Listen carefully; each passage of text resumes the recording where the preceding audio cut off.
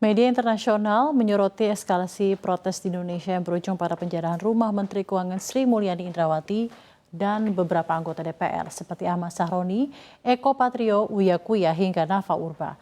Media AFP melalui tajuk Indonesian Finance Minister's Home looted as protest anger grows melaporkan bahwa rumah Sri Mulyani Tengah Selatan dijarah massa pada Minggu 31 Agustus 2025 dini hari.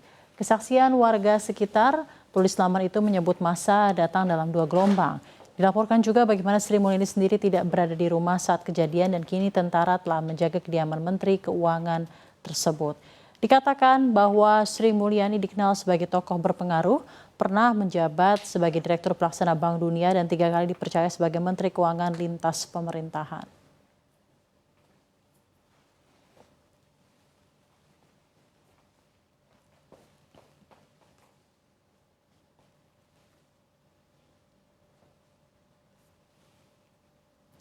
Ya, frasa darurat militer menjadi trending topik di media sosial X. Ini tak lepas dari aksi unjuk rasa yang berujung ricuh beberapa hari terakhir. Lalu apakah darurat militer dimungkinkan di Indonesia? Wakil Panglima TNI Letnan Jenderal TNI Tandio Budi Revita memberikan tanggapan terkait hal tersebut.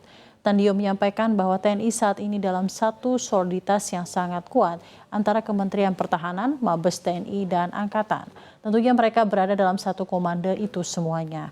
Dan mengenai anggapan akan adanya darurat militer adalah asumsi yang sangat salah menurutnya. Menurut Tandio, TNI dan Polri dalam kondisi yang solid saat ini. Wakil Menteri Pertahanan Republik Indonesia Doni Hermawan Taufanto juga mengaku prihatin melihat kondisi beberapa hari belakangan. Menurut ia, tindakan anarki tidak dapat ditoleransi lagi.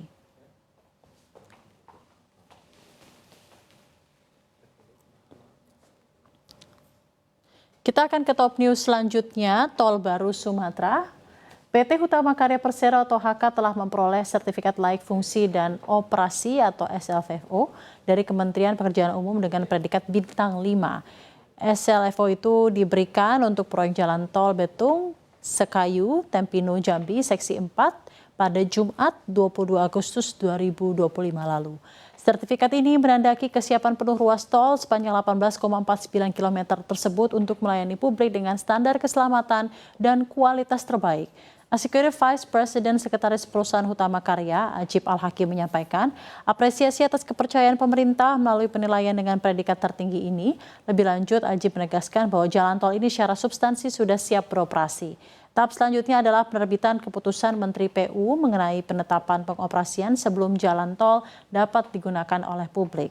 Setelah beroperasi, waktu tempuh Jambi menuju Betung dipangkas drastis dari lebih 4 jam menjadi sekitar 2 jam saja.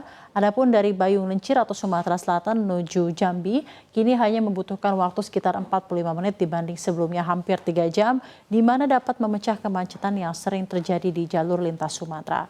Jalan tol ini juga sekaligus mendukung kelancaran distribusi logistik, terutama arus angkutan batu bara dan hasil sumber daya alam, sehingga diharapkan memberi dorongan pada produktivitas kawasan dan industri sekitar.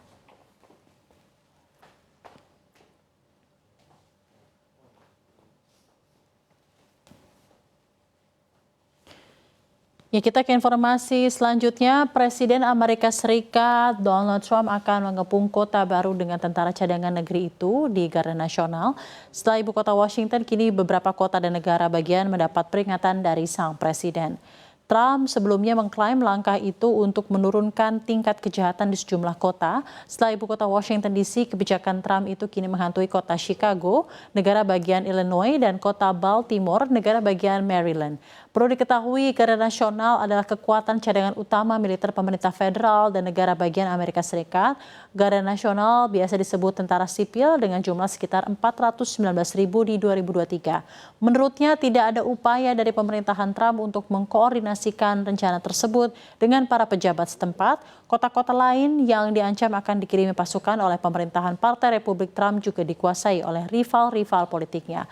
Gubernur tersebut mengatakan bahwa setiap pengerahan pasukan yang bertentangan dengan keinginan pemerintah negara bagiannya akan menjadi invasi oleh pasukan Amerika Serikat jika mereka benar-benar melakukannya. Sementara itu, Menteri Keamanan Dalam Negeri Kristi Noem sebelumnya mengatakan bahwa dia akan menambah sumber daya untuk operasi imigrasi dan penegakan bea cukai di Illinois. Tetapi keputusan apapun untuk mengirim pasokan cadangan Garda Nasional atau pasukan lainnya sepenuhnya berada di tangan Trump.